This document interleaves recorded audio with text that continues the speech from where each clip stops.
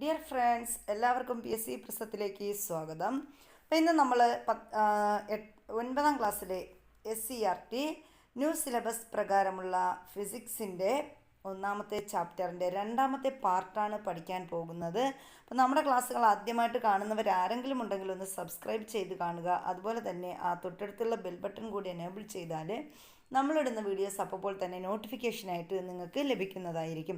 അപ്പോൾ നമ്മളിന്ന് പഠിക്കുന്നത് ഫിസിക്സിലെ 9ാം ക്ലാസ്സിലെ ഫിസിക്സിലെ ന്യൂ സിലബസ് പ്രകാരമുള്ള ഒന്നാമത്തെ ചാപ്റ്ററായ പ്രകാശത്തിൻ്റെ അപവർത്തനം എന്ന് പറയുന്ന ചാപ്റ്ററിൻ്റെ രണ്ടാമത്തെ പാർട്ടാണ്. അപ്പോൾ കഴിഞ്ഞ ക്ലാസ്സിൽ നമ്മൾ അപവർത്തനമാണ് പറഞ്ഞു വെച്ചത്. അപ്പോൾ ഇനി നമ്മൾ പറയുന്നത് വ്യത്യസ്ത മാധ്യമ ജോഡികളിൽ കൂടി പ്രകാശം കടന്നു പോകുന്ന ചിത്രങ്ങൾ തന്നിട്ടുണ്ട്. ആ ചിത്രങ്ങൾ നിരീക്ഷിക്കാൻ പറഞ്ഞിട്ടുണ്ട്. അപ്പോൾ എന്തൊക്കെയാണ് പറയുന്നത്? വ്യത്യസ്ത മാധ്യമങ്ങളിലൂടെ പ്രകാശം കടന്നു പോകുന്ന ചിത്രങ്ങൾ, അതായത് വായു, ജലം, വായുവിലൂടെയും ജലത്തിലൂടെയും പ്രകാശം കടന്നു പോകുന്നത്, ജലം, ഗ്ലാസ്, പ്രകാശിക സാന്ദ്രത കൂടിയ മാധ്യമത്തിൽ നിന്ന് കുറഞ്ഞ മാധ്യമത്തിലേക്ക് പ്രകാശരശ്മി ചരിഞ്ഞ് പ്രവേശിക്കുന്നതായി കാണിച്ചിരിക്കുന്ന ചിത്രങ്ങൾ ഏതൊക്കെയാണെന്ന് ചോദിച്ചിട്ടുണ്ട്.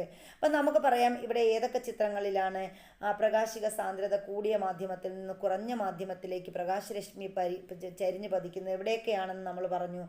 ചിത്രം എയിലും അതുപോലെ ചിത്രം ബി, പിന്നെ ഏതാണ് ഈ ചിത്രം ഡി ഉണ്ട്, അതുപോലെ ചിത്രം എഫ്. ഇവിടെയൊക്കെയാണ് എന്ത് ചെയ്തിരിക്കുന്നത്?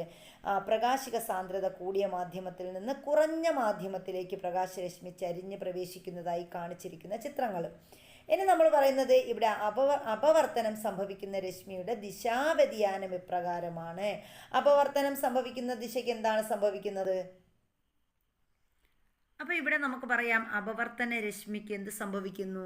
അപവർത്തന രശ്മി ലംബത്തോട് അടുക്കുകയാണ് ചെയ്യുന്നത്. അപ്പോൾ അപവർത്തനം സംഭവിക്കുന്ന രശ്മിക്ക് എന്ത് ദിശാവ്യതിയാനമാണ് സംഭവിക്കുന്നതെന്ന് ചോദിച്ചാൽ, അപവർത്തനം സംഭവിക്കുന്നത് നമുക്ക് പറയാം രണ്ട് തലത്തിലെ അപവർത്തനം സംഭവിക്കും. ഒന്ന് ലംബത്തിന് അടുത്തേക്ക് ചെല്ലുമ്പോഴും ഒന്ന് ലംബത്തിൽ നിന്ന് അകലത്തിലേക്ക് പോകുമ്പോഴും അപവർത്തനം സംഭവിക്കുക. അതിന് കാരണമുണ്ട്. എങ്ങനെയാണ്? അപ്പോൾ നമുക്ക് പറയാം, നമ്മുടെ പ്രകാശിക സാന്ദ്രത കുറഞ്ഞ മാധ്യമത്തിൽ നിന്ന് കൂടിയ മാധ്യമത്തിലേക്ക് പ്രകാശം ചരിഞ്ഞ് പ്രവേശിക്കുമ്പോൾ എന്ത് ചെയ്യും? അപവർത്തന രശ്മി ലംബത്തോട് അടുക്കും. ഇനി പ്രകാശിക സാന്ദ്രത കൂടിയ മാധ്യമത്തിൽ നിന്ന് കുറഞ്ഞ മാധ്യമത്തിലേക്ക് പ്രകാശം ചരിഞ്ഞ് പ്രവേശിക്കുമ്പോൾ എന്ത് ചെയ്യും? അപവർത്തന രശ്മി ലംബത്തിൽ നിന്ന് അകലും. ഇതാണ് ഇവിടെ സംഭവിക്കുന്നത്. അടുത്ത ക്വസ്റ്റ്യൻ പറഞ്ഞിരിക്കുന്നത്, അപവർത്തന രശ്മി ലംബത്തോട് അടുക്കുന്ന സന്ദർഭങ്ങൾ വ്യക്തമാക്കുന്ന ചിത്രങ്ങൾ ഏതൊക്കെയാണ്? ഇപ്പൊ പ്രകാശിക സാന്ദ്രത കുറഞ്ഞ മാധ്യമത്തിൽ നിന്ന് കൂടിയ മാധ്യമത്തിലേക്ക് പോകുമ്പോഴാണ് എന്ത് ചെയ്യുന്നത്? അപവർത്തന രശ്മി ലംബത്തോട് അടുക്കുന്നത്. അപ്പം നമുക്ക് പറയാം ഏതൊക്കെയാണ്. ഇവിടെ എ ഉണ്ട്, അതുപോലെ ബി. ഇവിടെ ലംബത്തോട് അടുക്കുകയാണ്. അപവർത്തന രശ്മി ലംബത്തോട് അടുക്കുന്നതാണ് നമ്മൾ പറഞ്ഞത്.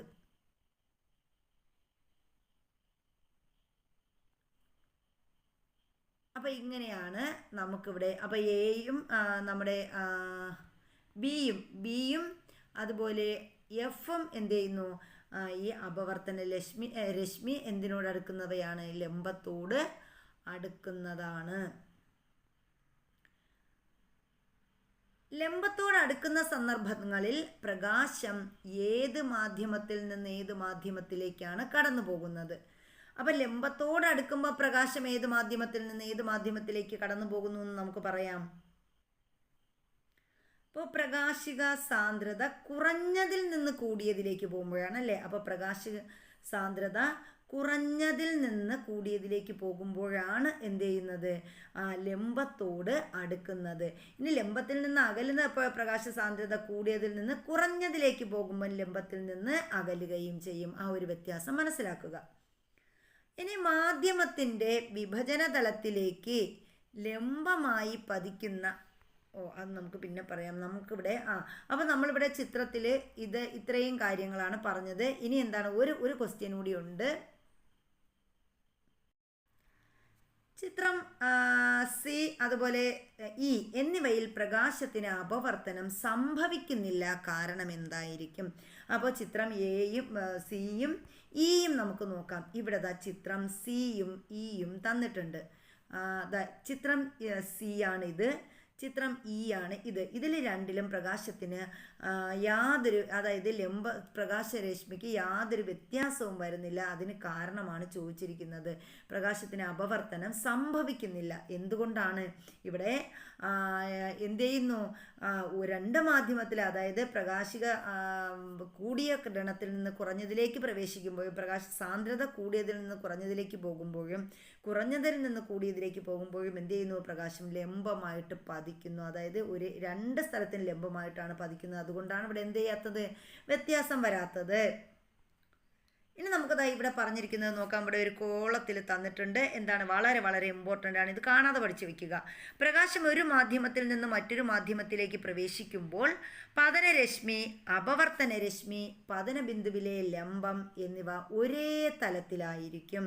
അപ്പോൾ അത് ശ്രദ്ധിക്കണം. പ്രകാശം ഒരു മാധ്യമത്തിൽ നിന്ന് മറ്റൊരു മാധ്യമത്തിലേക്ക് പ്രവേശിക്കുമ്പോൾ എന്ത് ചെയ്യും? പതനരശ്മിയും അപവർത്തനരശ്മിയും പതനബിന്ദുവിലെ ലംബവും ഒരേ തലത്തിലായിരിക്കും. ഇനി പ്രകാശിക സാന്ദ്രത കുറഞ്ഞ മാധ്യമത്തിൽ നിന്ന് കൂടിയ മാധ്യമത്തിലേക്ക് പ്രകാശം ചരിഞ്ഞ് പ്രവേശിക്കുമ്പോൾ അപവർത്തന രശ്മിക്ക് എന്ത് സംഭവിക്കും? അപവർത്തന രശ്മി ലംബത്തോട് അടുക്കുന്നു. കുറഞ്ഞതിൽ നിന്ന് കൂടിയതിലേക്ക് പോകുമ്പോൾ എന്ത് ചെയ്യും? ലംബത്തോട് അടുക്കുന്നു. കുറഞ്ഞതിൽ നിന്ന് കൂടിയതാവുമ്പം അടുക്കും. ഇനി പ്രകാശ സാന്ദ്രത കൂടിയ മാധ്യമത്തിൽ നിന്ന് കുറഞ്ഞ മാധ്യമത്തിലേക്ക് പ്രകാശം ചരിഞ്ഞ് പ്രവേശിക്കുമ്പോൾ അപവർത്തന രശ്മിക്ക് എന്ത് സംഭവിക്കും? ലംബത്തിൽ നിന്ന് അകലുന്നു. അപ്പോൾ കൂടിയതിൽ നിന്ന് കുറഞ്ഞതിലേക്ക് പോകുമ്പോൾ ലംബത്തിൽ നിന്ന് അകലും. കുറഞ്ഞതിൽ നിന്ന് കൂടിയതിലേക്ക് പോയാൽ ലംബത്തോട് അടുക്കും. മാധ്യമത്തിൻ്റെ വിഭജന തലത്തിലേക്ക് ലംബമായി പതിക്കുന്ന പ്രകാശരശ്മിക്ക് അപവർത്തനം സംഭവിക്കുന്നില്ല. അപ്പോൾ നമ്മൾ നേരത്തെ പറഞ്ഞ രണ്ട് കാര്യം നമ്മൾ പറഞ്ഞു. എന്താണ്? ചിത്രം സിയും ഇയും പറഞ്ഞല്ലോ. അവിടെ എന്താ പ്രശ്നം? മാധ്യമത്തിൻ്റെ വിഭജന തലത്തിലേക്ക് ലംബമായി പതിക്കുന്ന പ്രകാശരശ്മിക്ക് എന്ത് സംഭവിക്കില്ല? അപവർത്തനം സംഭവിക്കില്ല. അതാണ് നമ്മൾ അവിടെ പഠിച്ചത്. ഇനി ഗ്ലാസ് സ്ലാബിലെ അപവർത്തനം എന്ന് പറഞ്ഞിട്ടുണ്ട്. എന്താണ്? ഇവിടെ രണ്ട് ചിത്രങ്ങൾ തന്നിട്ടുണ്ട്. ചിത്രത്തിൽ കാണിച്ചിരിക്കുന്ന രീതിയിൽ ഗ്ലാസ് സ്ലാബിലേക്ക് ലേസർ ടോർച്ചിൽ നിന്നുള്ള പ്രകാശം പതിപ്പിക്കുമ്പോൾ ഒരു പരീക്ഷണം, പ്രകാശപാത നിരീക്ഷിക്കാൻ കഴിഞ്ഞല്ലോ. അപ്പോൾ അതാണ് ഇവിടെ പറഞ്ഞിരിക്കുന്നത്. എന്താണ്? പ്രകാശരശ്മിക്ക് എവിടെയൊക്കെ വെച്ചാണ് അപവർത്തനം സംഭവിക്കുന്നത്? അതായത് ഇവിടെ ചരിഞ്ഞ് ഇതിലോട്ട് പ്രവേശിക്കുമ്പോൾ, ഗ്ലാസിൻ്റെ അകത്തോട്ട് പ്രവേശിക്കുമ്പോൾ ഇവിടെ രണ്ട് ചിത്രത്തിൽ നമുക്ക് കാണുമ്പോൾ തന്നെ ഇവിടെ മനസ്സിലാക്കാം. ഇവിടെ നിന്ന് വരുന്ന പ്രകാശരശ്മി ഇവിടോട്ട് ചരിഞ്ഞ് കയറുമ്പോൾ എന്ത് ചെയ്യുന്നു? അവിടെ അപവർത്തനം സംഭവിക്കുന്നു. അവിടെ നിന്ന് പുറത്തേക്ക് പോകുമ്പോഴും എന്ത് ചെയ്യുന്നു? അപവർത്തനം സംഭവിക്കുന്നു. പ്രകാശരശ്മിക്ക് ഗ്ലാസ് സ്ലാബിൽ ഉണ്ടാകുന്ന അപവർത്തനം കാണിക്കുന്ന രേഖാചിത്രം എങ്ങനെയാണ്? ഇതാണ് ആ ഒരു രേഖാചിത്രം. ഗ്ലാസ് സ്ലാബിലേക്ക് കയറുമ്പോൾ പ്രകാശരശ്മി എന്ത് ചെയ്യുന്നു? ഇതായിട്ടാണ് പോകുന്നത്, നേരെ പോകുന്നു. ഇനി ഗ്ലാസ് സ്ലാബിലേക്ക് ലംബമായി പ്രകാശം പതിപ്പിച്ച് നോക്കൂ. പ്രകാശരശ്മിക്ക് അപവർത്തനം സംഭവിക്കുന്നുണ്ടോ? അപ്പോൾ ലംബമായിട്ട് പതിച്ചാൽ എന്ത് വരത്തില്ല എന്ന് നമ്മൾ പഠിച്ചിട്ടുണ്ട്. അപവർത്തനം സംഭവിക്കില്ല. ഇനി നോക്കിയേ, അപവർത്തനം ചില പ്രായോഗിക പ്രവർത്തനങ്ങൾ, അതിനെക്കുറിച്ചാണ് പറഞ്ഞിരിക്കുന്നത്. ഒരു പാത്രത്തിൽ നാണയമിട്ട ശേഷം നാണയത്തെ നോക്കിക്കൊണ്ട് പിന്നിലേക്ക് നടക്കുക. നാണയത്തിൻ്റെ ദൃശ്യം കണ്ണിൽ നിന്ന് അപ്രത്യക്ഷമാകുന്ന സമയത്ത് മറ്റൊരു കുട്ടിയോട് പാത്രത്തിലേക്ക് ജലമൊഴിക്കാൻ ആവശ്യപ്പെടുക. എന്ത് നിരീക്ഷിക്കുന്നു? ചിത്രം വിശകലനം ചെയ്ത് കാരണം കണ്ടെത്താൻ പറഞ്ഞിട്ടുണ്ട്. അപ്പോൾ നമ്മൾ എന്ത് ചെയ്യുന്നു? ഒരു പാത്രത്തിൽ നാണയമിട്ട ശേഷം നാണയത്തെ നോക്കിക്കൊണ്ട് പിന്നിലേക്ക് നടക്കുമ്പോൾ എന്ത് ചെയ്യുന്നു? നാണയത്തിൻ്റെ പിന്നിലേക്ക് നടക്കുന്നു. അപ്പോൾ നാണയത്തിൻ്റെ ദൃശ്യം അപ്രത്യക്ഷമായാൽ എന്ത് ചെയ്താൽ മതി? ജലം വീഴ്ത്തിയാൽ മതി.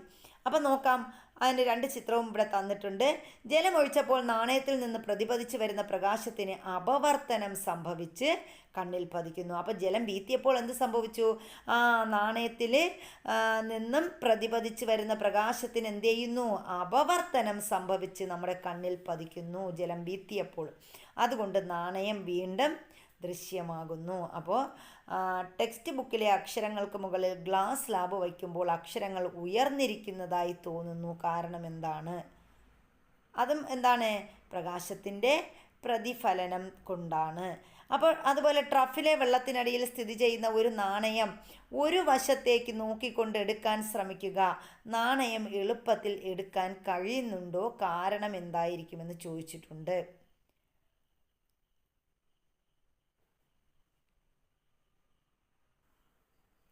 അപ്പോൾ ട്രഫിലെ വെള്ളത്തിനടിയിൽ സ്ഥിതി ചെയ്യുന്ന ഒരു നാണയം ഒരു വശത്ത് നിന്ന് നോക്കിക്കൊണ്ട് എടുക്കാൻ ശ്രമിച്ചാൽ എന്ത് ചെയ്യാൻ പറ്റത്തില്ല? നാണയം എളുപ്പത്തിൽ എടുക്കാൻ കഴിയുകയില്ല. അതിന് കാരണം എന്താണ്? നമ്മൾ ഈ നേരത്തെ പറഞ്ഞ പ്രകാശത്തിൻ്റെ പ്രതിപതനം മൂലമാണ് അത് സംഭവിക്കുന്നത്, അല്ലെങ്കിൽ അവിടെ അപവർത്തനം സംഭവിക്കുന്നു. അതായത് നമ്മളിപ്പോൾ ഒരു സ്ഥലത്ത് എടുക്കാൻ നോക്കുമ്പോൾ നമുക്ക് ഈ പ്രകാശത്തിൻ്റെ പ്രതിപതനം മൂലം അത് മറ്റൊരു സ്ഥലത്ത് ആയിട്ടായിരിക്കും. അപ്പം നമുക്ക് നമ്മുടെ കണ്ണിൽ ആ ഒരു പ്രകാശം പ്രതിപതിച്ച് വരും. അപ്പോൾ നമുക്ക് എന്ത് ചെയ്യാൻ പറ്റത്തില്ല? ആ ഒരു നാണയം എടുക്കാൻ സാധിക്കില്ല. ഒരു ജലാശയത്തിൻ്റെ അടിത്തട്ട് അകലെ നിന്ന് നോക്കുമ്പോൾ അടുത്ത് നിന്ന് നോക്കുമ്പോൾ കാണുന്നതിനേക്കാൾ കൂടുതൽ ഉയർന്നതായി തോന്നുന്നതിന് കാരണവും എന്താണ്? പ്രകാശത്തിൻ്റെ പ്രതിപതനമാണ്. അതുപോലെ അമ്പെയ്ത് മീൻ പിടിക്കുമ്പോൾ മീനിനെ കാണുന്നിടത്ത് നിന്ന് അല്പം താഴേക്കാണ് അമ്പെയ്യുന്നത്. അതിന് കാരണവും എന്താണ്? പ്രകാശത്തിൻ്റെ പ്രതിപതനമാണ്. അപ്പോൾ അപവർത്തനവുമായി ബന്ധപ്പെട്ട ചില സന്ദർഭം. അപ്പോൾ ഇതെല്ലാം അപവർത്തനവുമായി ഇതുപോലെ ചോദ്യങ്ങൾ തന്നിട്ട് ഇതിന് കാരണം അപവർത്തനം അല്ലെങ്കിൽ പ്രകാശ പ്രതിപതനം ഇതൊക്കെ ചോദിക്കുക. അപ്പോൾ ഇതെല്ലാം എന്താണ്? അപവർത്തനവുമായി ബന്ധപ്പെട്ട സന്ദർഭങ്ങളാണ് നമുക്കിവിടെ പറഞ്ഞത്. ഇതിനുള്ള കാരണമാണ് നമ്മൾ പ്രകാശത്തിൻ്റെ പ്രതിപതനം എന്ന് പറഞ്ഞത്. അപ്പോൾ അമ്പെയ്ത് മീൻ പിടിക്കുന്ന മീനിനെ കാണുന്നിടത്ത് നിന്ന് അല്പം താഴേക്ക് അമ്പെയ്യുന്നത് എന്തുകൊണ്ടെന്ന് ചോദിച്ചാൽ അതിന് കാരണം എന്താണ്? അപവർത്തനമാണ്. ഒരു ജലാശയത്തിൻ്റെ അടിത്തട്ട് അകലെ നിന്ന് നോക്കുമ്പോൾ അടുത്തു നിന്ന് നോക്കുമ്പോൾ കാണുന്നതിനേക്കാൾ കൂടുതൽ ഉയർന്നതായി തോന്നുന്നതിന് കാരണവും എന്താണ്? അതിന് കാരണവും നമ്മൾ ഈ പറഞ്ഞ അപവർത്തനമാണ്. ട്രഫിലെ വെള്ളത്തിനടിയിൽ സ്ഥിതി ചെയ്യുന്ന ഒരു നാണയം ഒരു വശത്ത് നിന്ന് നോക്കിക്കൊണ്ട് എടുക്കാൻ ശ്രമിക്കുമ്പോൾ നാണയം എളുപ്പത്തിൽ എടുക്കാൻ കഴിയുന്നില്ല. അതിന് കാരണവും ഈ അപവർത്തനമാണ്. നമ്മൾ ആദ്യം പറഞ്ഞ ടെക്സ്റ്റ് ബുക്കിലെ അക്ഷരങ്ങൾക്ക് മുകളിൽ ഗ്ലാസ് സ്ലാബ് വയ്ക്കുമ്പോൾ അക്ഷരങ്ങൾ ഉയർന്നിരിക്കുന്നതായി തോന്നുന്നതിന് കാരണവും എന്ത് തന്നെയാണ്? അപവർത്തനമാണ്. അപ്പോൾ ഇതൊക്കെ എന്താണ്? പ്രകാശത്തിന് അപവർത്തനം സംഭവിക്കുന്നത് കൊണ്ടാണ് നമ്മൾ ഈ പറഞ്ഞ സംഭവം ഒക്കെ ഉണ്ടാകുന്നത്. പ്രകാശത്തിൻ്റെ പ്രതിപതനം കൊണ്ടാണ്. ഇനി നമ്മൾ പറയുന്നത് അന്തരീക്ഷത്തിലെ അപവർത്തനത്തെക്കുറിച്ചാണ്. അപ്പോൾ എന്താണ് അറ്റ്മോസ്ഫറിക് റിഫ്രാക്ഷൻ എന്ന് പറഞ്ഞാൽ? നക്ഷത്രങ്ങൾ മിന്നിത്തിളങ്ങാൻ കാരണം എന്തായിരിക്കും? എന്തുകൊണ്ടാണ്? അപവർത്തനമാണ്. നക്ഷത്രങ്ങളുടെ മിന്നിത്തിളക്കത്തിന് കാരണം എന്താണ് എന്ന് ചിലപ്പോൾ ഉദാഹരണം മാത്രമേ ചോദിക്കുള്ളൂ. എന്നിട്ട് ഇതിന് കാരണം അപ്പോൾ അടുത്ത് നമ്മൾ അന്തരീക്ഷത്തിലെ അപവർത്തനത്തെക്കുറിച്ചാണ് പഠിക്കാൻ പോകുന്നത്. നക്ഷത്രങ്ങൾ മിന്നിത്തിളങ്ങാൻ കാരണം എന്തായിരിക്കും? നക്ഷത്രങ്ങൾ മിന്നിത്തിളങ്ങാൻ കാരണം എന്താണ്? അതിന് കാരണം അപവർത്തനമാണ്. അപ്പോൾ ഇവിടെ 2 ചിത്രങ്ങൾ തന്നിട്ടുണ്ട്. കാണപ്പെടുന്ന സ്ഥാനവും യഥാർത്ഥ സ്ഥാനവും എവിടെയാണ് എന്ന് 2 ചിത്രത്തിൽ കാണിച്ചിട്ടുണ്ട്. അപ്പോൾ നക്ഷത്രത്തിൽ നിന്നുള്ള പ്രകാശരശ്മി നേർരേഖയിൽ സഞ്ചരിച്ചാണോ നമ്മുടെ കണ്ണിൽ പതിക്കുന്നത്? അപ്പോൾ നക്ഷത്രത്തിലെ പ്രകാശരശ്മി നേർരേഖയിലാണോ സഞ്ചരിക്കുന്നതെന്ന് നമുക്കിതിൽ നിന്ന് മനസ്സിലാക്കാം. ഇത് ഇവിടെയാണ് കാണുന്നത് അല്ലേ? ഈ ഭാഗത്ത് ഇവിടെയാണ് നക്ഷത്രത്തിൻ്റെ സ്ഥാനം. പക്ഷെ നമ്മൾ കാണുന്നത് എങ്ങനെയാണ്? ഇങ്ങനെയാണ് കാണുന്നത്. കാണപ്പെടുന്ന സ്ഥാനം നേർരേഖയിലാണ്. അതായത് നക്ഷത്രത്തിൽ നിന്നുള്ള പ്രകാശരശ്മി നേർരേഖയിൽ സഞ്ചരിച്ചാണ് എന്ത് ചെയ്യുന്നത്? നമ്മുടെ കണ്ണിലെത്തുന്നത്. അപ്പോൾ ഇവിടെ കാണിച്ചിരിക്കുന്ന ചിത്രത്തിൽ നിന്ന് അതാണ് വ്യക്തമാകുന്നത്. വളരെ അകലെയുള്ള ഒരു നക്ഷത്രത്തിൽ നിന്ന് ഭൗമാന്തരീക്ഷത്തിലൂടെ എത്തുന്ന പ്രകാശരശ്മിയുടെ പാതയ്ക്ക് സമാനമായ ചിത്രീകരണമാണ് നമ്മൾ കണ്ടത്. ഇവിടെ പ്രകാശരശ്മിയുടെ പാതയ്ക്ക് ക്രമരഹിതമായ ദിശാമാറ്റം സംഭവിക്കുന്നില്ലേ? എന്തായിരിക്കും ഇതിന് കാരണം? അപ്പോൾ ഇവിടെ എന്താണ്? സ്ഥാനത്തിന് വ്യത്യാസമുണ്ട്. സ്ഥാനത്തിനുള്ള വ്യത്യാസം, സ്ഥാനത്തിന് ക്രമരഹിതമായ വ്യത്യാസമുണ്ട്. പക്ഷെ നമ്മൾ കാണുന്ന പ്രകാശം നേർരേഖയിലാണ്. അപ്പോൾ ഇതെന്താ കാരണം? ഇത് അപവർത്തനമാണ് കാരണം. നക്ഷത്രങ്ങൾ ഗ്രഹങ്ങളെ അപേക്ഷിച്ച് താരതമ്യേന വളരെ അകലെയായതിനാൽ അവ പ്രകാശിത ബിന്ദുക്കൾ പോലെ കാണപ്പെടുന്നു. അപ്പോൾ ഇതിന് കാരണം എന്താണെന്നാണ് നമ്മൾ പറയുന്നത്. നക്ഷത്രങ്ങൾ ഗ്രഹങ്ങളെ അപേക്ഷിച്ച് എവിടെയാണ്? വളരെ അകലെയാണ്. അവ പ്രകാശിത ബിന്ദുക്കൾ പോലെയാണ് നമുക്ക് കാണപ്പെടുന്നത്. നക്ഷത്രത്തിൽ നിന്ന് വരുന്ന പ്രകാശം ഭൗമ അന്തരീക്ഷത്തിലൂടെ സഞ്ചരിച്ചാണ് നമ്മുടെ കണ്ണിലെത്തുന്നത്. അപ്പം നമ്മുടെ നക്ഷത്രത്തിലൂടെയുള്ള പ്രകാശം നമുക്ക് കിട്ടുന്നത് എങ്ങനെയാണ്? ഭൗമ അന്തരീക്ഷത്തിലൂടെ സഞ്ചരിച്ചാണ് നമ്മുടെ കണ്ണിലെത്തുന്നത്.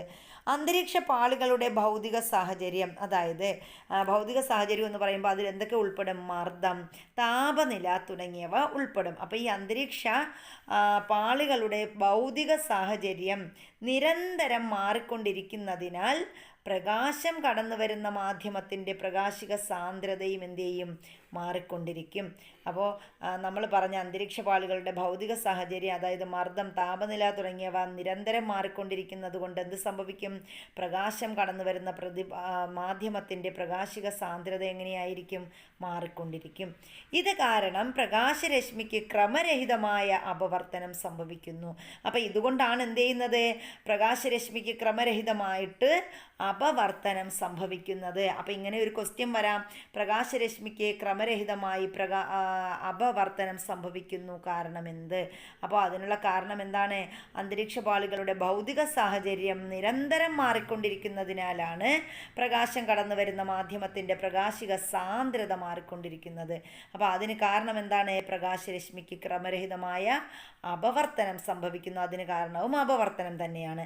അതിനാൽ നക്ഷത്രങ്ങളിൽ നിന്ന് വരുന്ന പ്രകാശകിരണങ്ങൾ പലതവണ ക്രമരഹിത അപവർത്തനത്തിന് ശേഷം കണ്ണിൽ പതിക്കുമ്പോൾ നക്ഷത്രത്തെ ഒരേ സ്ഥാനത്ത് തുടർച്ചയായി കാണാൻ കഴിയുന്നില്ല.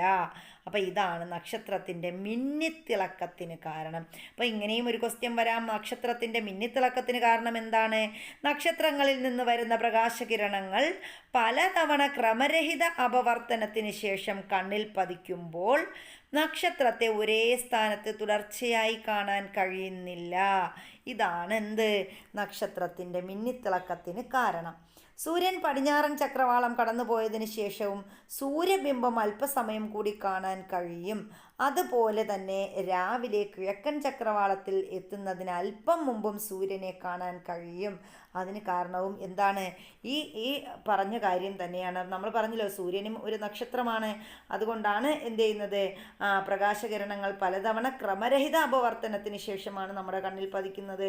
അതുകൊണ്ടാണ് ആ നക്ഷത്രത്തെ ഒരേ സ്ഥാനത്ത്, ഇതുപോലെ സൂര്യനെയും ഒരേ സ്ഥാനത്ത് കാണാൻ സാധിക്കുന്നത്. അപ്പോൾ ഇവിടെ ഒരു ചിത്രം തന്നിട്ടുണ്ട്. ചിത്രം വിശകലനം ചെയ്തിട്ട് എഴുതാൻ പറഞ്ഞതാണ് കുട്ടികൾക്ക്. അപവർത്തനവുമായി ബന്ധപ്പെട്ട നിരവധി സന്ദർഭങ്ങളാണ് നമ്മളിപ്പോൾ പഠിച്ചത്. അപ്പോൾ അതാണ്ട് ഇവിടെയാണ് സൂര്യനെ കാണപ്പെടുന്ന സ്ഥാനം എന്ന് പറയുന്നത്.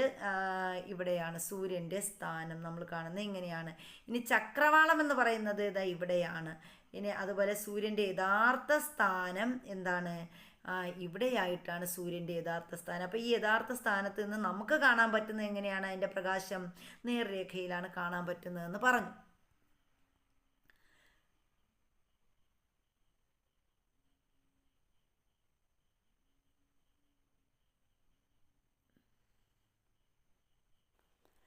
മാധ്യമങ്ങളുടെ വിഭജന തലത്തിലേക്ക് പ്രകാശം ചരിഞ്ഞു പതിക്കുന്ന എല്ലാ സന്ദർഭങ്ങളിലും പ്രകാശത്തിന് അപവർത്തനം സംഭവിക്കുമോ എന്നാണ് ചോദിച്ചത്. അപ്പോൾ എല്ലാ സന്ദർഭങ്ങളിലും പ്രകാശത്തിന് എന്ത് ചെയ്യത്തില്ല? അപവർത്തനം സംഭവിക്കുന്നില്ല. കാരണം പ്രകാശം ഒരു മാധ്യമത്തിൽ നിന്ന് മറ്റൊരു മാധ്യമത്തിലേക്ക് പ്രവേശിക്കുമ്പോൾ മാത്രമേ പ്രകാശത്തിന് എന്ത് സംഭവിക്കത്തുള്ളൂ? അപവർത്തനം സംഭവിക്കത്തുള്ളൂ. അടുത്ത നമ്മൾ പറയുന്നത് പൂർണ്ണാന്തര പ്രതിഫലനത്തെക്കുറിച്ചാണ്. ടോട്ടൽ ഇൻറ്റേർണൽ റിഫ്ലക്ഷൻ എന്താണ്? നമുക്കിവിടെ ചിത്രം 1.1.4 തന്നിട്ടുണ്ട്. അപ്പോൾ ഇവിടെ ഇതാണ് ചിത്രം 1.1.4. ഇതെന്താണ്? ഇതുപോലുള്ള അലങ്കാര വിളക്കുകൾ നിങ്ങൾ കണ്ടിട്ടില്ലേ? അപ്പോൾ ഇതുപോലുള്ള അലങ്കാര വിളക്കുകളുടെ പ്രത്യേകതയാണ് പറയുന്നത്. ബൾബിൽ നിന്നുള്ള പ്രകാശം ഈ നാരുകളിലൂടെ കടന്നു വരുമ്പോൾ അതിൻ്റെ അഗ്രഭാഗത്തു കൂടി മാത്രം പ്രകാശം പുറത്തു വരാൻ കാരണം എന്തായിരിക്കും? അപ്പോൾ എന്താണ്? ഇത് മനസ്സിലാക്കുന്നതിന് ചില പ്രവർത്തനങ്ങൾ പറഞ്ഞിട്ടുണ്ട്, അത് ചെയ്യാനും പറഞ്ഞിട്ടുണ്ട്. അപ്പോൾ ഇവിടെ പറഞ്ഞിരിക്കുന്ന പ്രവർത്തനം നമുക്ക് നോക്കാം. ഒരു ലേസർ ടോർച്ചിൽ നിന്നുള്ള പ്രകാശം ട്രഫിലെടുത്ത ജലത്തിൻ്റെ ഉപരിതലത്തിലേക്ക് വിവിധ കോണളവിൽ പതിപ്പിച്ച് നോക്കാൻ പറഞ്ഞിട്ടുണ്ട്. അപ്പോൾ ഒരു ലേസർ ടോർച്ചിൻ്റെ പ്രകാശമാണ്. നമ്മൾ ട്രഫിൽ ജലം എടുത്തിട്ടുണ്ട്. ആ ജലം നമ്മൾ എന്ത് ചെയ്യുന്നു?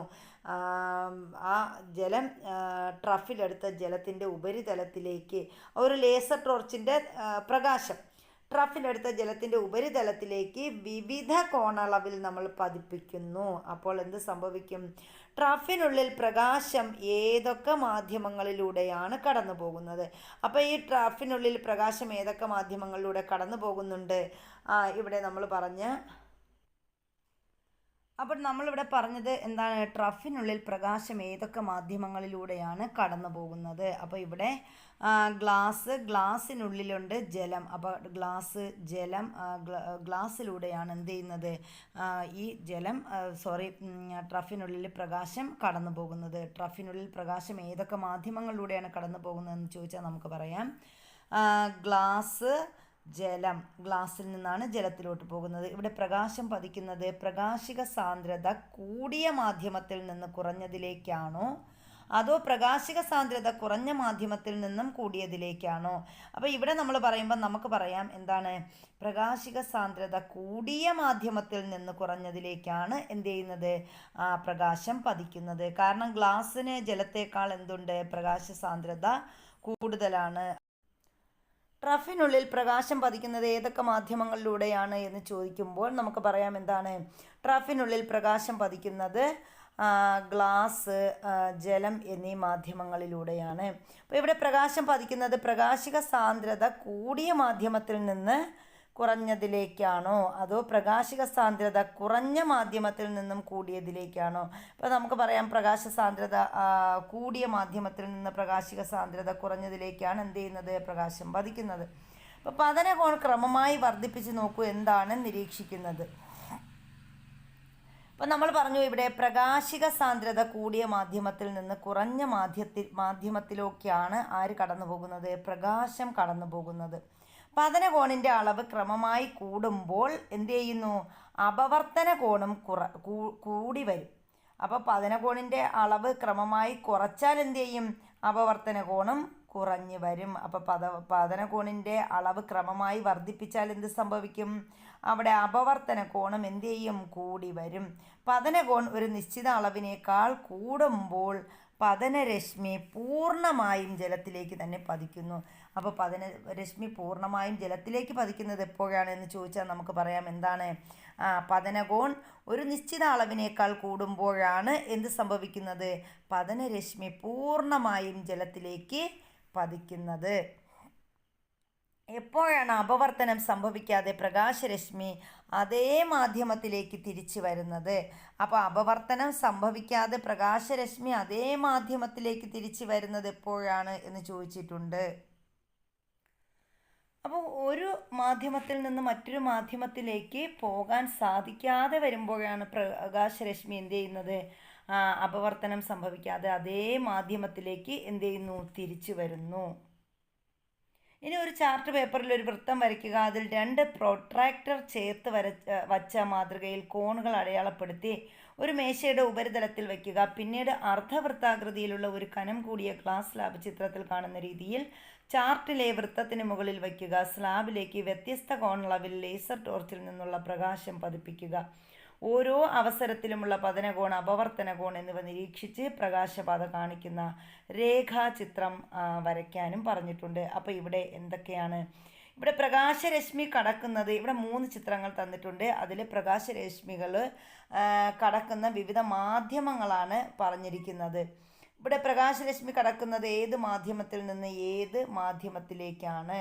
അപ്പോൾ ഇവിടെ പ്രകാശരശ്മി ഏത് മാധ്യമത്തിൽ നിന്ന് ഏത് മാധ്യമത്തിലേക്കാണ് കടക്കുന്നതെന്ന് പറയുന്നത്,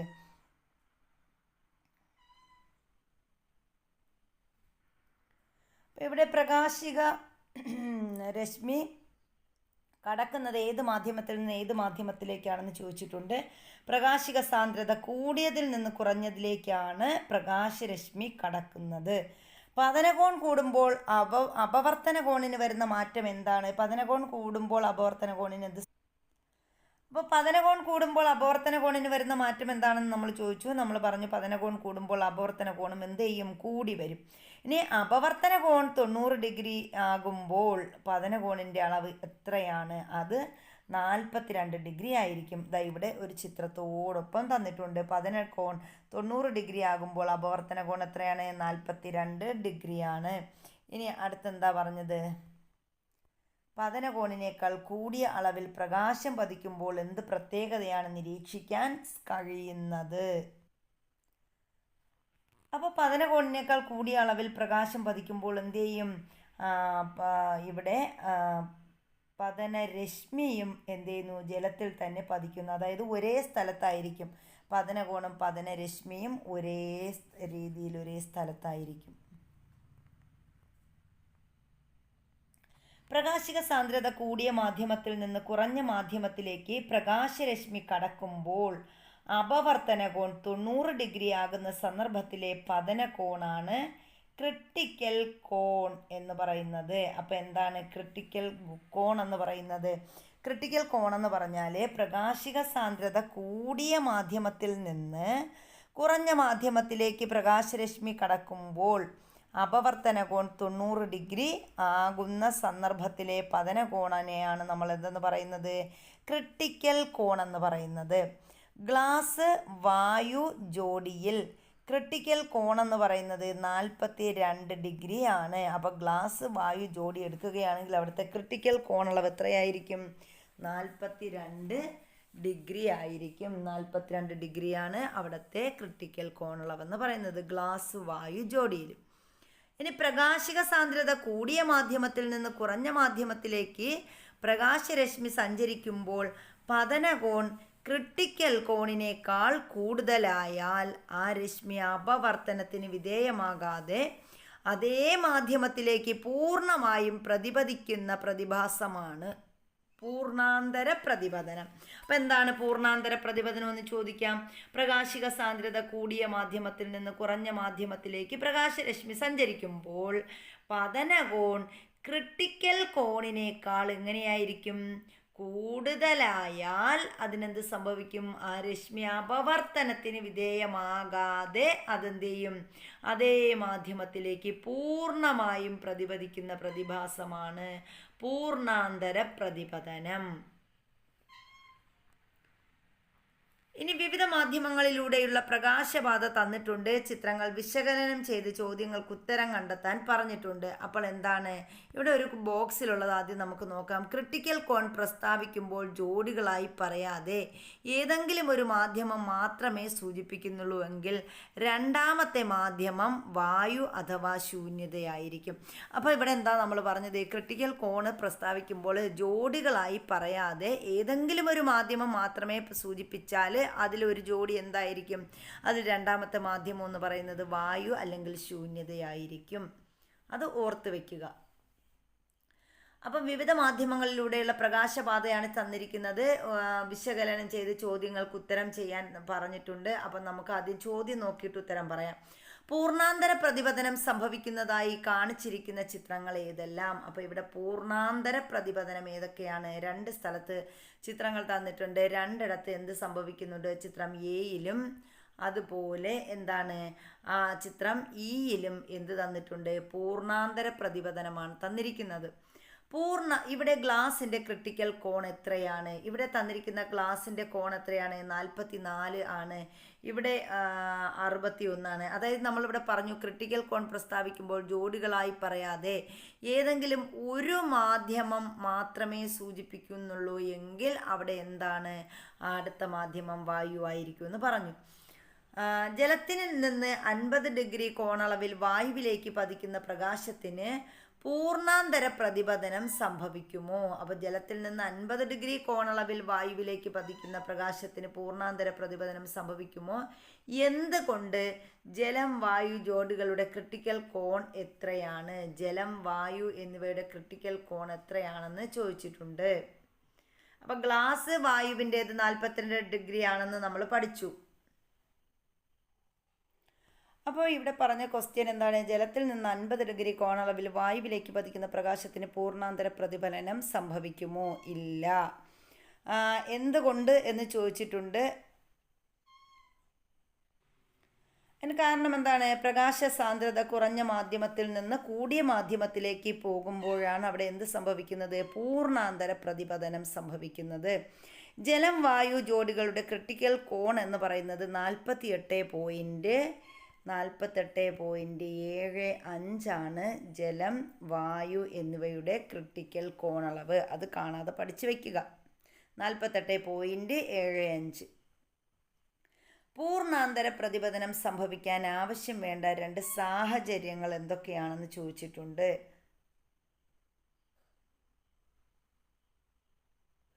അപ്പോൾ ഒന്നാമത്തേത് ജലത്തിൽ നിന്ന് വായുവിലേക്ക്, രണ്ടാമത്തേത് വായുവിൽ നിന്ന് ഗ്ലാസ്സിലേക്ക് ഒക്കെ നമുക്ക് പറയാം. ഇനി അക്വേറിയത്തിൻ്റെ അടിത്തട്ട് ജലോപരിതലത്തിന് മുകളിലായി കാണുവാനുള്ള കാരണം എന്തായിരിക്കും? അപ്പം അക്വേറിയത്തിൻ്റെ അടിത്തട്ട് ജലോപരിതലത്തിൽ മുകളിലായി കാണുവാനുള്ള കാരണം എന്താണ്? അക്വേറിയത്തിൻ്റെ അടിത്തട്ടിൽ നിന്ന് വരുന്ന പ്രകാശത്തിന് ജലോപരിതലത്തിൽ വച്ച് പൂർണ്ണാന്തര പ്രതിപതനം സംഭവിക്കുന്നത് കൊണ്ടാണ് അക്വേറിയത്തിൻ്റെ അടിത്തട്ട് മുകളിലായി കാണുന്നത്. അപ്പോൾ അക്വേറിയത്തിൻ്റെ അടിത്തട്ട് മുകളിലായി കാണുന്നതിന് കാരണം എന്താണെന്ന് നമ്മൾ പറഞ്ഞു. അക്വേറിയത്തിൻ്റെ അടിത്തട്ടിൽ നിന്ന് വരുന്ന പ്രകാശത്തിന് എന്ത് സംഭവിക്കുന്നു? ജലോപരിതലത്തിൽ വച്ച് പൂർണ്ണാന്തര പ്രതിപതനം സംഭവിക്കുന്നത് കൊണ്ടാണ് അക്വേറിയത്തിൻ്റെ അടിത്തട്ട് മുകളിലായി കാണുന്നത്. ജലോപരിതലത്തിൽ നിന്ന് അക്വേറിയത്തിൻ്റെ അടിത്തട്ടിലേക്കുള്ള ദൂരവും പൂർണ്ണാന്തര പ്രതിപതനം മൂലമുണ്ടായ പ്രതിബിംബത്തിലേക്കുള്ള ദൂരവും തുല്യമാണ്.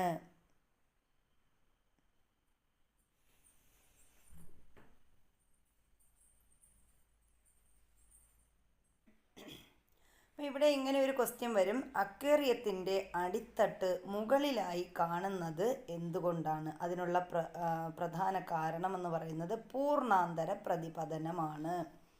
ഇനി നമ്മൾ നോക്കുന്നത് അലങ്കാര വിളക്കിലെ ഒപ്റ്റിക്കൽ ഫൈബറുകളുടെ ഒരഗ്രം അനുയോജ്യമായ ഒരു പ്രകാശ സ്രോതസ്സുമായി ബന്ധിപ്പിച്ചിരിക്കുന്നു. ഈ സ്രോതസ്സിൽ നിന്നുള്ള പ്രകാശരശ്മികൾ ഫൈബറുകളിലൂടെ സഞ്ചരിക്കുമ്പോൾ ക്രിട്ടിക്കൽ കോണിനേക്കാൾ കൂടിയ പതന കോണുകളിലാണ് വശങ്ങളിൽ പതിക്കുന്നത്. അതുകൊണ്ട് തുടർച്ചയായി പൂർണ്ണാന്തര പ്രതിപതനം സംഭവിച്ച് രണ്ടാമത്തെ അഗ്രത്ത് കൂടി മാത്രം പ്രകാശം പുറത്തേക്ക് വരുന്നു. അപ്പം ഇവിടെയും ഇങ്ങനെ ഒരു ക്വസ്റ്റ്യൻ വരാം. അലങ്കാര വിളക്കുകളിൽ രണ്ടാമത്തെ അഗ്രത്ത് കൂടി മാത്രം പ്രകാശം പുറത്തേക്ക് വരുന്നു. കാരണം എന്ത് എന്ന് ചോദിച്ചാൽ നമുക്ക് പറയാം. അവിടെയും എന്താണ് കാരണം? പ്രകാശത്തിൻ്റെ പ്രതിപതനം, അതായത് ഇത് രണ്ടും കണ്ടാണ് ഇങ്ങനെ സംഭവിക്കുന്നത്? അപവർത്തനം മൂലമാണ്, പൂർണ്ണാന്തര പ്രതിപതനം മൂലമാണ് ഇത് സംഭവിക്കുന്നത്. അപ്പോൾ അലങ്കാര വിളക്കുകളിലെ ഒപ്റ്റിക്കൽ ഫൈബറുകളുടെ ഒരഗ്രം അനുയോജ്യമായ ഒരു പ്രകാശ സ്രോതസ്സുമായി ബന്ധിപ്പിച്ചാണ് ആ സ്രോതസ്സിൽ നിന്നുള്ള പ്രകാശരശ്മി എന്തെയും ഫൈബറുകളിലൂടെ സഞ്ചരിക്കുമ്പോൾ അവിടെ ക്രിട്ടിക്കൽ കോണിനേക്കാൾ കൂടിയ പതന കോണുകളിലാണ് വശങ്ങളിൽ പതിക്കുന്നത്. അതുകൊണ്ടാണ് എന്ത് ചെയ്യുന്നത്? അതിൻ്റെ രണ്ടാമത്തെ അഗ്രത്ത് കൂടി മാത്രം പ്രകാശം പുറത്ത് വരുന്നതായിട്ട് നമുക്ക് തോന്നുന്നത്. അത് പൂർണ്ണാന്തര പ്രതിപതനമാണ്. ഒപ്റ്റിക്കൽ ഫൈബറുകളിലൂടെയുള്ള പ്രകാശ പ്രേക്ഷണവുമായി ബന്ധപ്പെട്ട നേട്ടങ്ങൾക്ക് 2009 ഭൗതിക ശാസ്ത്രത്തിനുള്ള നൊബേൽ സമ്മാനം ചാൾസ് കെ കാവോയ്ക്ക് ലഭിച്ചു. അപ്പോൾ ചാൾസ് കെ കാവോയ്ക്ക് 2009 ഭൗതിക ശാസ്ത്രത്തിന് നൊബേൽ സമ്മാനം ലഭിച്ചത് എന്തിനു വേണ്ടിയിട്ടാണ്?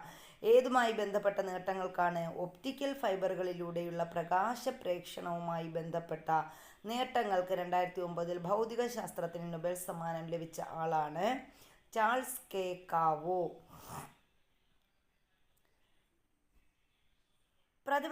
പൂർണ്ണാന്തര പ്രതിപതനം മൂലമുണ്ടാകുന്ന മായ കാഴ്ചകൾ എവിടെയൊക്കെ കാണാൻ കഴിയുന്നു എന്നാണ് അടുത്ത് നമ്മൾ പറയുന്നത്.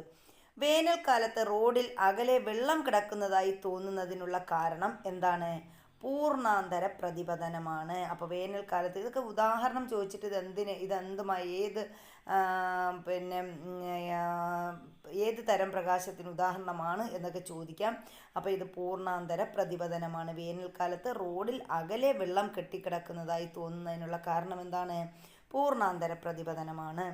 റോഡിനോട് ചേർന്നുള്ള ഭാഗത്തെ വായുവിന് ചൂട് കൂടുതലായതിനാൽ പ്രകാശിക സാന്ദ്രത കുറവായിരിക്കും. അപ്പോൾ അടുത്ത് നമ്മൾ പറയുന്നത് എന്താണ്? റോഡിനോട് ചേർന്നുള്ള ഭാഗത്തെ വായുവിന് എന്ത് കൂടുതലാണ്? ചൂട് കൂടുതലാണ്. അതുകൊണ്ട് തന്നെ അവിടെ കുറവായിരിക്കും? പ്രകാശിക സാന്ദ്രത കുറവായിരിക്കും. എന്നാൽ മുകൾ ഭാഗത്തേക്ക് പോകും തോറും വായുവിൻ്റെ പ്രകാശിക സാന്ദ്രത ക്രമമായി വർദ്ധിച്ചു വരുന്നു. അപ്പോൾ മുകളിലോട്ട് പോകും തോറും എന്ത് ചെയ്യുന്നു? വായുവിൻ്റെ പ്രകാശിക സാന്ദ്രത വർദ്ധിച്ചു വരുന്നു. പരിസരത്തുള്ള വസ്തുക്കളിൽ നിന്ന് വരുന്ന പ്രകാശകിരണങ്ങൾ പ്രകാശിക സാന്ദ്രത വ്യത്യാസമുള്ള വായുവിൻ്റെ വിവിധ പാളികളിലൂടെ കടന്നു പോകുമ്പോൾ ചിത്രത്തിൽ കാണുന്നത് പോലെ അപവർത്തനത്തിനും തുടർന്ന് പൂർണ്ണാന്തര പ്രതിപതനത്തിനും വിധേയമാകുന്നു. ഇങ്ങനെ ദിശാവ്യതിയാനം സംഭവിച്ച പ്രകാശകിരണങ്ങളാണ് നമുക്ക് കണ്ണിൽ പതിക്കുന്നത്. അതിനാൽ അവയുടെ പ്രതിബിംബം റോഡിൽ രൂപപ്പെടുന്നത് പോലെ തോന്നുന്നു. അപ്പോൾ ഈ റോഡിൽ നമുക്ക് ഈ ഒരു പ്രകാശകിരണങ്ങൾ നമുക്ക് ദിശാവ്യതിയാനം സംഭവിച്ച പ്രകാശകിരണങ്ങൾ നമ്മുടെ കണ്ണിൽ പതിക്കുന്നത് കൊണ്ടാണ് നമുക്ക് എന്ത് ചെയ്യുന്നത്, പരിസരത്തുള്ള വസ്തുക്കളിൽ നിന്ന് വരുന്ന പ്രകാശകിരണങ്ങൾ പ്രകാശിക സാന്ദ്രത വ്യത്യാസമുള്ള വായുവിൻ്റെ വിവിധ പാളികളിലൂടെ കടന്നു പോകുമ്പോൾ അവിടെ എന്ത് ചെയ്യും, ഇവിടെ ഒരു ചിത്രം തന്നിട്ടുണ്ട്. ഈ ചിത്രത്തിൽ കാണുന്ന ഇതേപോലെ നമുക്ക് എന്ത് ചെയ്യും, ഒരു ഫീൽ ഉണ്ടാകും. ഇതേപോലെ. അപ്പം അത് എന്തിന് കാരണമാണ്, അത് വായുവിൻ്റെ വിവിധ പാളികളിലൂടെ കടന്നു പോകുമ്പോൾ നമുക്ക് എന്ത് ചെയ്യും, പൂർണ്ണാന്തര പ്രതിപതനത്തിന് വിധേയമാകും. അങ്ങനെ ദിശാവ്യതിയാനം സംഭവിച്ച പ്രകാശകിരണങ്ങൾ നമ്മുടെ കണ്ണിൽ പതിക്കുന്നത് അതുകൊണ്ടാണ്. അപ്പോൾ അവിടെ പ്രതിബിംബം എന്ത് ചെയ്യുന്നു, റോഡിൽ രൂപപ്പെടുന്നത് പോലെ തോന്നും. ഈ പ്രതിഭാസത്തെ നമ്മൾ പറയുന്നതാണ് മരീചിക. അപ്പം എന്താണ് മരീചിക എന്ന് ചോദിക്കും. മരീചിക എന്ന് പറഞ്ഞാൽ നമുക്ക് പറയാം, നമ്മുടെ ദിശാവ്യതിയാനം സംഭവിച്ച പ്രകാശകിരണങ്ങൾ നമ്മുടെ കണ്ണിൽ പതിക്കുമ്പോൾ എന്ത് ചെയ്യുന്നു, അവയുടെ പ്രതിബിംബം റോഡിൽ രൂപപ്പെടുന്നത് പോലെ നമുക്ക് തോന്നും. ഈ ഒരു പ്രതിഭാസത്തെയാണ് നമ്മൾ എന്തെന്ന് പറയുന്നത്, മരീചിക എന്ന് പറയുന്നത്. നമുക്ക് പരിചിതമായ ഇത്തരം പ്രതിബിംബങ്ങൾ സാധാരണയായി ജലോപരിതലത്തിലാണ് രൂപപ്പെടുന്നത്. അപ്പോൾ മരീചിക കാണപ്പെടുന്നത് ജലോപരിതലത്തിൽ കാണപ്പെടുന്നത് എന്താണ്, മരീചികയാണ്. അപ്പോൾ പ്രതിബിംബങ്ങൾ സാധാരണയായി ജലോപരിതലത്തിൽ, നമുക്കിപ്പോൾ തെളിഞ്ഞ നദിയിലേക്ക് നമ്മൾ നോക്കിക്കഴിഞ്ഞാൽ ആ ജലോപരിതലത്തിൽ എന്തൊക്കെ വൃക്ഷങ്ങൾ തലകുത്തി നിൽക്കുന്നതൊക്കെ ആയിട്ട് നമുക്ക് തോന്നാം. അപ്പോൾ ഇതിനൊക്കെ ഉള്ള പ്രതിഭാസം അതൊക്കെ എന്താണ്, മരീചികയാണ്. അകലെ നിന്ന് നോക്കുമ്പോൾ റോഡിൽ വെള്ളമുള്ളതായി തോന്നുന്നത് എന്തുകൊണ്ടാണെന്ന് മനസ്സിലായല്ലോ. അപ്പോൾ അതും എന്താണ്, പൂർണ്ണാന്തര പ്രതിപതനത്തിന് ഉദാഹരണമാണ്. ഇനി പൂർണ്ണാന്തര പ്രതിപതനം പ്രയോജനപ്പെടുത്തുന്ന സന്ദർഭങ്ങളെക്കുറിച്ചാണ് നമ്മൾ പറയുന്നത്. ഏതൊക്കെ സന്ദർഭങ്ങളിൽ പൂർണ്ണാന്തര പ്രതിപതനം പ്രയോജനപ്പെടുത്താം? അതിൽ ഒന്നാമത്തത് റിഫ്ലക്റ്ററാണ്. റിഫ്ലക്റ്ററുകളിലെ പൂർണ്ണാന്തര പ്രതിപതനം പ്രയോജനപ്പെടുത്തുന്നുണ്ട്. അപ്പോൾ ഈ സൈക്കിൾ റിഫ്ലക്റ്റർ, ഇതാണ് സൈക്കിളിൻ്റെ റിഫ്ലക്റ്റർ എന്ന് ബാക്കിലിരിക്കുന്ന ഒരു പഴയ സൈക്കിളുകളിലൊക്കെ, പണ്ടത്തെ സൈക്കിളിലൊക്കെ നമുക്ക് കാണാൻ കഴിയും. ഇതുപോലെ ബാക്കിൽ ഇപ്പോഴും ഉണ്ട്. ഇതാണ് റിഫ്ലക്റ്റർ എന്ന് പറയുന്നത്. അപ്പോൾ വാഹനങ്ങളുടെ ടെയിൽ ലാമ്പുകളിൽ ഉപയോഗിക്കുന്ന റിഫ്ലക്റ്ററുകൾ നിരീക്ഷിച്ചിട്ടില്ലേ? ഇവയിൽ ധാരാളം ചെറുപ്രസങ്ങൾ ഉറപ്പിച്ചിരിക്കുന്നു. ഇവയിൽ ഒരു പ്രസത്തിലേക്ക് പതിക്കുന്ന പ്രകാശരശ്മി പ്രതിപതിച്ച് വരാൻ കാരണം എന്തായിരിക്കും? ഗ്ലാസിൻ്റെ ക്രിട്ടിക്കൽ കോണിനെ അടിസ്ഥാനപ്പെടുത്തിയാണ് അത് വിശദീകരിക്കുന്നത്. അപ്പോൾ എന്താണ്, ഇവിടെ ഒരു ചിത്രം തന്നിട്ടുണ്ട്. അതിലെന്താ പറയുന്നത്, ഇവിടെ PQ എന്ന വശത്തേക്ക് ലംബമായി പ്രകാശരശ്മി പതിക്കുന്നതിനാൽ അപവർത്തനം സംഭവിക്കുന്നില്ല. അപ്പം ലംബമായി പ്രകാശരശ്മി പതിച്ചാൽ അവിടെ എന്തുണ്ടാവില്ല, അവിടെ അപവർത്തനം സംഭവിക്കില്ല എന്ന് നമ്മൾ നേരത്തെ പറഞ്ഞു. ഗ്ലാസിൻ്റെ ക്രിട്ടിക്കൽ കോൺ 42 ഡിഗ്രിയാണ് എന്ന് നമ്മൾ പറഞ്ഞു. 42 ഡിഗ്രി കോണളവാണ് ഗ്ലാസിൻ്റെ ക്രിട്ടിക്കൽ കോണ്. ഇവിടെ AB എന്നീ ബിന്ദുക്കളിലെ പതന കോൺ എത്ര പറഞ്ഞിട്ടുണ്ട്? പതന കോൺ എന്ന് പറയുന്നത് 45 ഇതാ ഇവിടെ തന്നിട്ടുണ്ട്. 45 AB എന്നതിലെ പതന കോൺ 45 ഡിഗ്രിയാണ്. അതിനാൽ എയിൽ പതിക്കുന്ന പ്രകാശം പൂർണ്ണാന്തര പ്രതിപതനത്തിന് വിധേയമായി ബിയിലെത്തും. അപ്പോൾ എയിൽ പതിക്കുന്ന പ്രകാശം എന്ത് ചെയ്യും, പൂർണ്ണാന്തര പ്രതിപതനത്തിന് വിധേയമായിട്ട് ഇവിടെ ബിയിലും എത്തും. അവിടെ നിന്നും പൂർണ്ണാന്തര പ്രതിപതനം സംഭവിച്ച് ചിത്രത്തിൽ കാണുന്നത് പോലെ റിഫ്ലക്റ്ററിന് പുറത്തേക്ക് വരുന്നു. അവിടെ നിന്നാണ് എന്ത് ചെയ്യുന്നത്, ഓരോന്ന് സ്ഥലത്തു നിന്ന് രണ്ടിടത്തു നിന്നും പൂർണ്ണാന്തര പ്രതിപതനം സംഭവിച്ച് റിഫ്ലക്റ്ററിന് പുറത്ത് വരും. അങ്ങനെ റിഫ്ലക്റ്ററിലെ മറ്റ് പ്രസങ്ങളിലും ഇതുപോലെ തന്നെയാണ് സംഭവിക്കുന്നത്. അപ്പോൾ ഇതാണ് റിഫ്ലക്റ്ററിലെ ആ ഒരു പ്രവർത്തനം എന്ന് പറയുന്നത്. അവിടെ നടക്കുന്നത് എന്താണ്, റിഫ്ലക്റ്ററിലെ പ്രവർത്തനം എന്താണ്, ഉദാഹരണം എന്ന് ചോദിക്കുക. അപ്പോൾ എന്താണെന്ന് പറയണം, പൂർണ്ണാന്തര പ്രതിപതനമാണ്. ഇനി അതുപോലെ നമ്മൾ പെരിസ്കോപ്പിനെ കുറിച്ച് പറയാണ്. പെരിസ്കോപ്പിലും എന്താണ്, ദർപ്പണങ്ങൾ ഉപയോഗിച്ചുള്ള പെരിസ്കോപ്പുകളാണ് നിങ്ങൾ പരിചയപ്പെട്ടിട്ടുള്ളത്. എന്നാൽ ദൃശ്യങ്ങളുടെ വ്യക്തത കൂട്ടുന്നതിന് വേണ്ടി പ്രിസങ്ങൾ ഉപയോഗിച്ചുള്ള പെരിസ്കോപ്പുകൾ നിർമ്മിക്കുന്നുണ്ട്. അപ്പോൾ എന്തിനു വേണ്ടിയിട്ടാണ് പ്രിസങ്ങൾ ഉപയോഗിച്ച് പെരിസ്കോപ്പ് നിർമ്മിക്കുന്നത്? അത് ദൃശ്യങ്ങളുടെ വ്യക്തത കൂട്ടുന്നതിന് വേണ്ടിയിട്ടാണ് നമ്മൾ എന്ത് ചെയ്യുന്നത്, പ്രിസങ്ങൾ ഉപയോഗിച്ച് പെരിസ്കോപ്പ് നിർമ്മിക്കുന്നത്. പൂർണ്ണാന്തര പ്രതിപതനം ഒരു പെരിസ്കോപ്പിൽ പ്രയോജനപ്പെടുത്തിയിരിക്കുന്നത് എങ്ങനെയെന്നാണ് ഇവിടെ തന്നിരിക്കുന്നത്. ഇതാണ് ഒരു പ്രിസം ഉപയോഗിച്ചുകൊണ്ടുള്ള ഇതാണ് ഒരു പ്രിസം ഉപയോഗിച്ചുകൊണ്ടുള്ള ആ ഒരു പ്രതിഭാസമാണ് പ്രതിപതനമാണ് തന്നിരിക്കുന്നത് പെരിസ്കോപ്പിൽ. അപ്പോൾ പൂർണ്ണാന്തര പ്രതിപതനം ഒരു പെരിസ്കോപ്പിൽ പ്രയോജനപ്പെടുത്തിയിരിക്കുന്നത് എങ്ങനെയെന്നാണ് നമുക്കിവിടെ പറഞ്ഞു തന്നിരിക്കുന്നത്. അപ്പോൾ നോക്കാം. ചിത്രത്തിൻ്റെ അടിസ്ഥാനത്തിൽ പെരിസ്കോപ്പിൽ പ്രിസങ്ങളെ എങ്ങനെ പ്രയോജനപ്പെടുത്തിയിരിക്കുന്നു എന്ന് മനസ്സിലാക്കി എഴുതാൻ പറഞ്ഞിട്ടുണ്ട്. അപ്പോൾ ഇവിടെ ഇത് കണ്ടോ, ഇതാണ് ഇത്. ആദ്യം നമുക്ക് ഇതേപോലെയാണ്, ഇങ്ങനെയാണ് ഇതിൽ പ്രിസത്തിൽ വെച്ചിട്ട് നമുക്ക് പ്രകാശത്തിൻ്റെ ആ ഒരു പ്രതിപതനം കാണാൻ സാധിക്കുന്നത്. അതായത് ഇവിടെ ഇപ്പോൾ നമ്മൾ വൃക്ഷത്തിൽ നിന്ന് കിട്ടുന്ന ഈ ഒരു പ്രകാശം എന്ത് ചെയ്യുന്നു, ഇത് ഇങ്ങനെ ലംബമായിട്ട് പതിച്ചിട്ട് അടുത്ത് ഇവിടെ വന്ന് നമുക്ക് അതിൻ്റെ ഒരു ഇത് കാണാൻ കഴിയുന്നത് ഈ ഭാഗത്തായിട്ടാണ്. ഇനി ഒപ്റ്റിക്കൽ ഫൈബർ. അപ്പോൾ പെരിസ്കോപ്പിൽ നടക്കുന്നതും എന്താണ്, പൂർണ്ണാന്തര പ്രതിപതനമാണെന്ന് നമുക്ക് പറയാൻ സാധിക്കും. പൂർണ്ണാന്തര പ്രതിപതനമാണ് ഒരു പെരിസ്കോപ്പിൽ പ്രയോജനപ്പെടുത്തിയിരിക്കുന്നത്.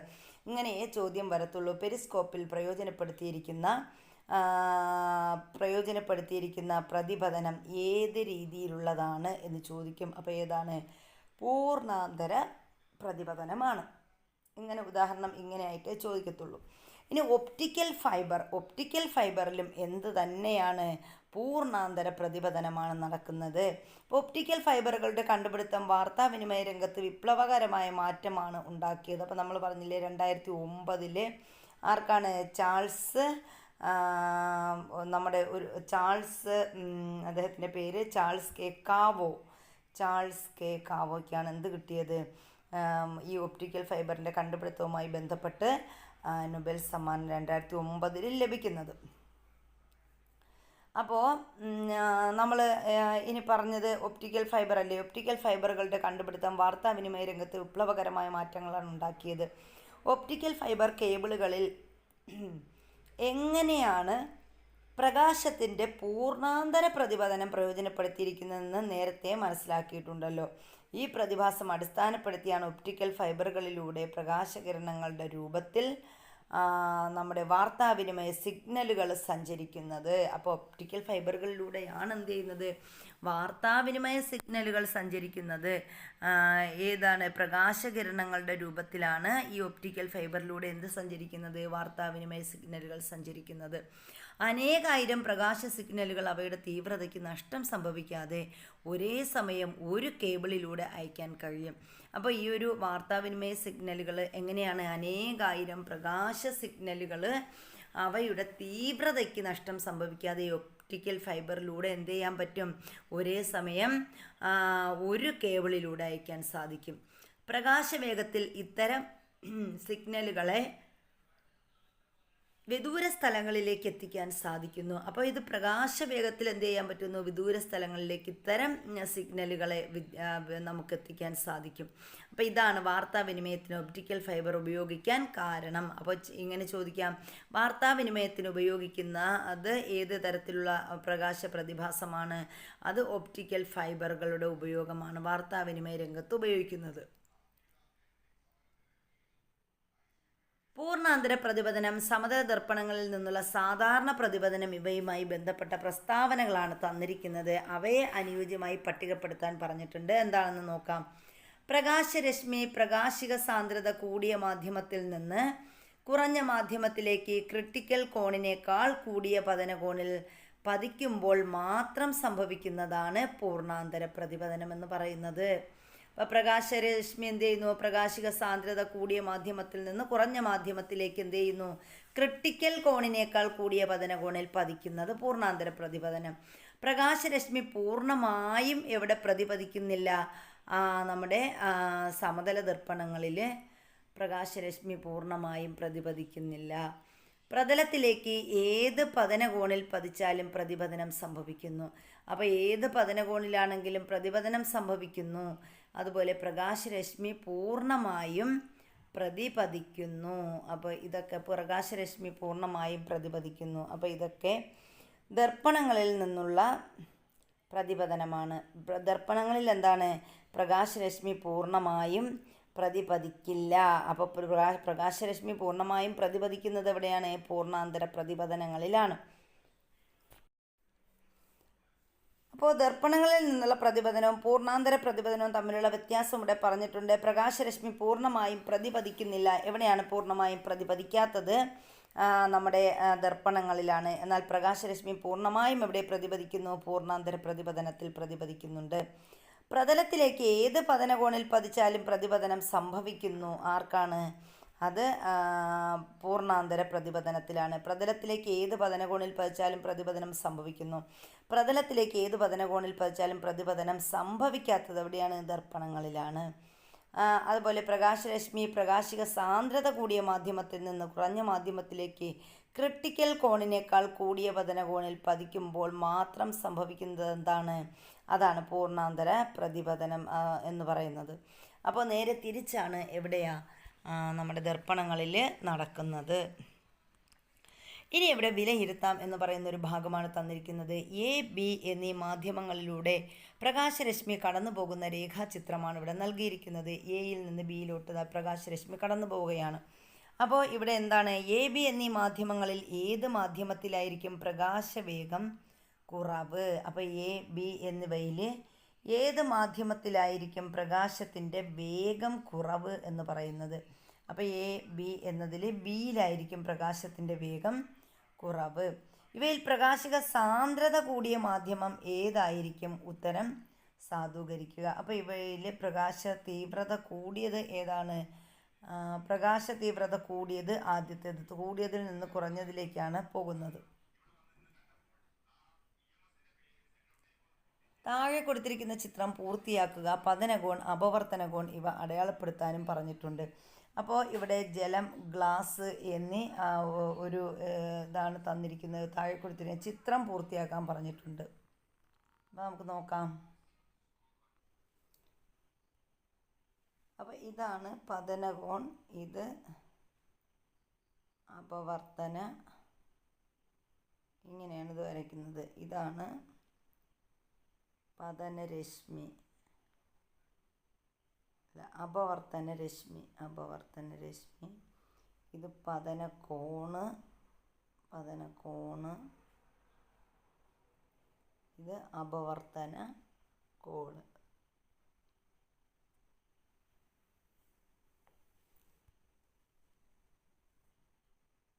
ഇങ്ങനെ വന്നിട്ട് ഇങ്ങനെയാണ് നമ്മളിത് വരയ്ക്കുന്നത്. ഇത് പതനകോൺ, ഇത് അപവർത്തന രശ്മി, ഇത് അപവർത്തന കോണ്.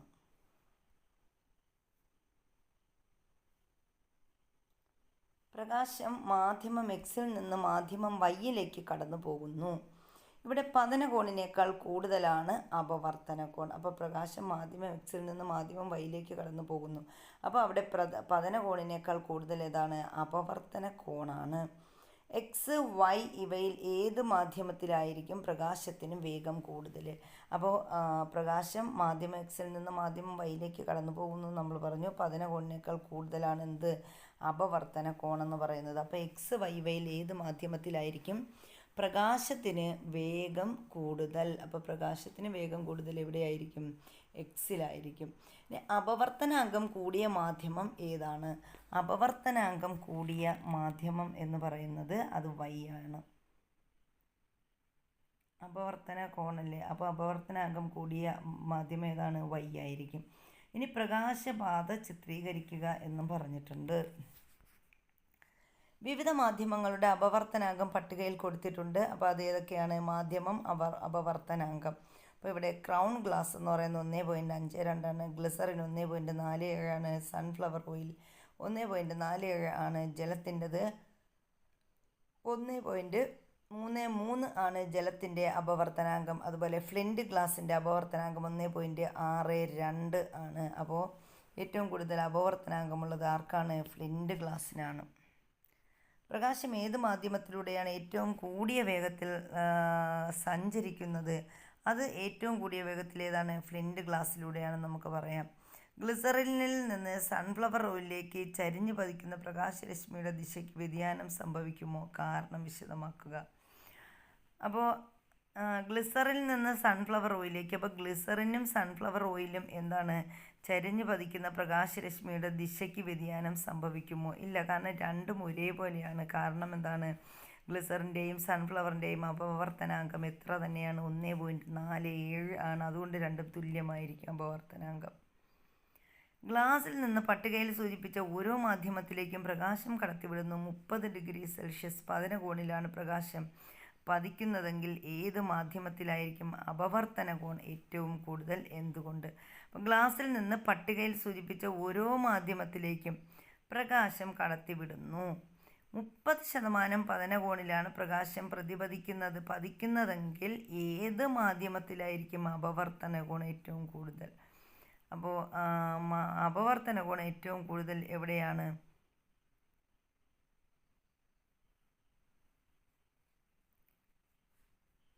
അത്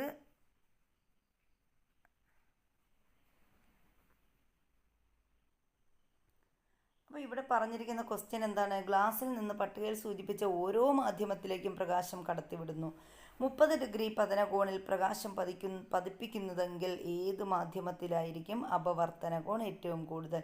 അപ്പോൾ പതനകോണിൻ്റെ അതേ പതനകോൺ കൂടുതലാണെങ്കിൽ അപവർത്തന കോണും എങ്ങനെയായിരിക്കും? കൂടുതലായിരിക്കും. അപ്പോൾ ഇവിടെ അപവർത്തന കോൺ എന്ന് പറയുന്നത് ഇവിടെ കൂടുതൽ ഏതിലായിരിക്കും? ജലത്തിലായിരിക്കും. കാരണം പ്രകാശ സാന്ദ്രത കൂടിയതിൽ നിന്നാണ് പ്രകാശ സാന്ദ്രത കുറഞ്ഞ മാധ്യമത്തിലേക്കാണ് പോകുന്നത്. ചിത്രം നിരീക്ഷിക്കുക. 2 വ്യത്യസ്ത മാധ്യമങ്ങളിൽ പ്രകാശരശ്മി പതിക്കുന്നത് ചിത്രീകരിച്ചിരിക്കുന്നു. അപ്പോൾ വായു, ജലം എന്നീ 2 മാധ്യമങ്ങൾ എടുക്കുകയാണെങ്കിൽ അവിടെ അപവർത്തനാങ്കം ഏത് മാധ്യമത്തിനാണ് പ്രകാശിക സാന്ദ്രത കൂടുതൽ? എന്തുകൊണ്ട്? അപ്പോൾ വായു, ജലം എന്നിവയ്ക്കാണ് പ്രകാശിക സാന്ദ്രത വായുവിൽ നിന്ന് ജലത്തിലോട്ട് അവിടെയാണ് എന്ത് കൂടുതൽ? പ്രകാശിക സാന്ദ്രത കൂടുതലെന്ന് പറയുന്നത്. അപ്പോൾ സാന്ദ്രത വേഗം കൂടിയതിൽ നിന്ന് പ്രകാശിക സാന്ദ്രത കൂടിയതിലേക്കാണ് പോകുന്നത്. ഏത് മാധ്യമത്തിൻ്റെ അപവർത്തനാങ്കമാണ് കൂടുതൽ? അപ്പോൾ ഇവിടെ വായുവും ജലവും എടുത്തു കഴിഞ്ഞാൽ അപവർത്തനാങ്കം കൂടുതൽ ഏത് മാധ്യമത്തിനാണ്?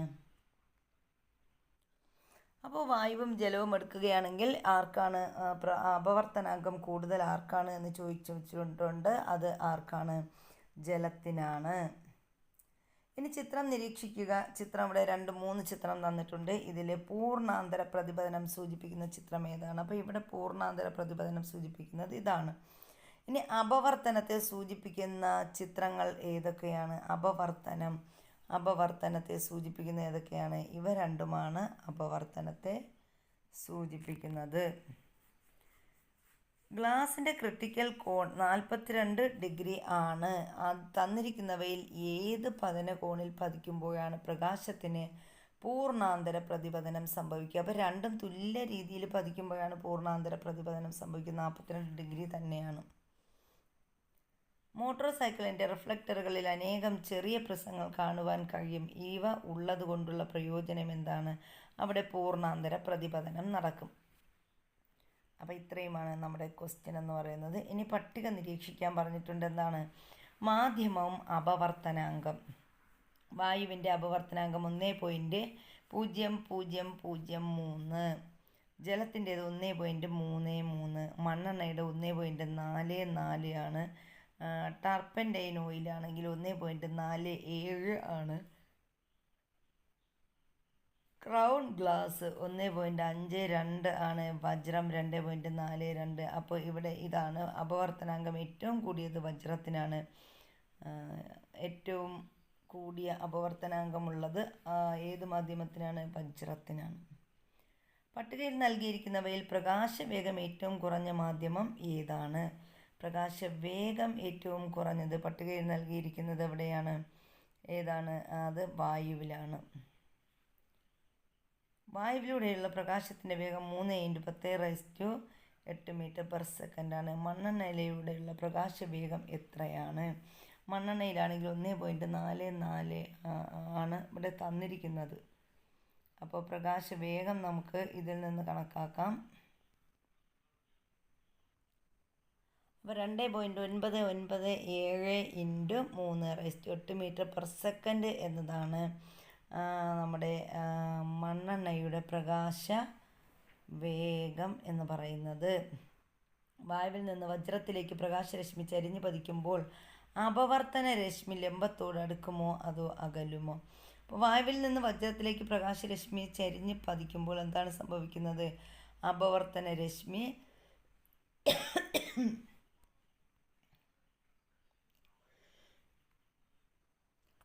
അപ്പോൾ ഇവിടെ അപവർത്തന രശ്മി ലംബത്തോട് അടുക്കുകയാണ്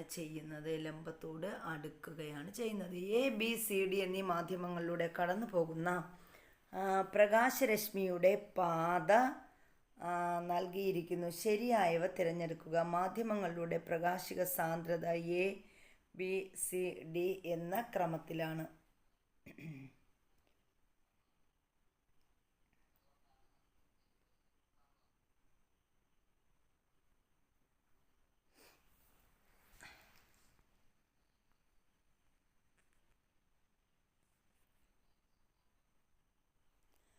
അപ്പോൾ ഇത്രയുമാണ് നമ്മുടെ ക്ലാസ്. ഇന്നത്തെ ക്ലാസ് ഇവിടെ അവസാനിച്ചിരിക്കുന്നു. നമ്മുടെ ക്ലാസ്സുകൾ ഇഷ്ടപ്പെട്ടാൽ ലൈക്ക് ചെയ്യാൻ മറക്കരുത്.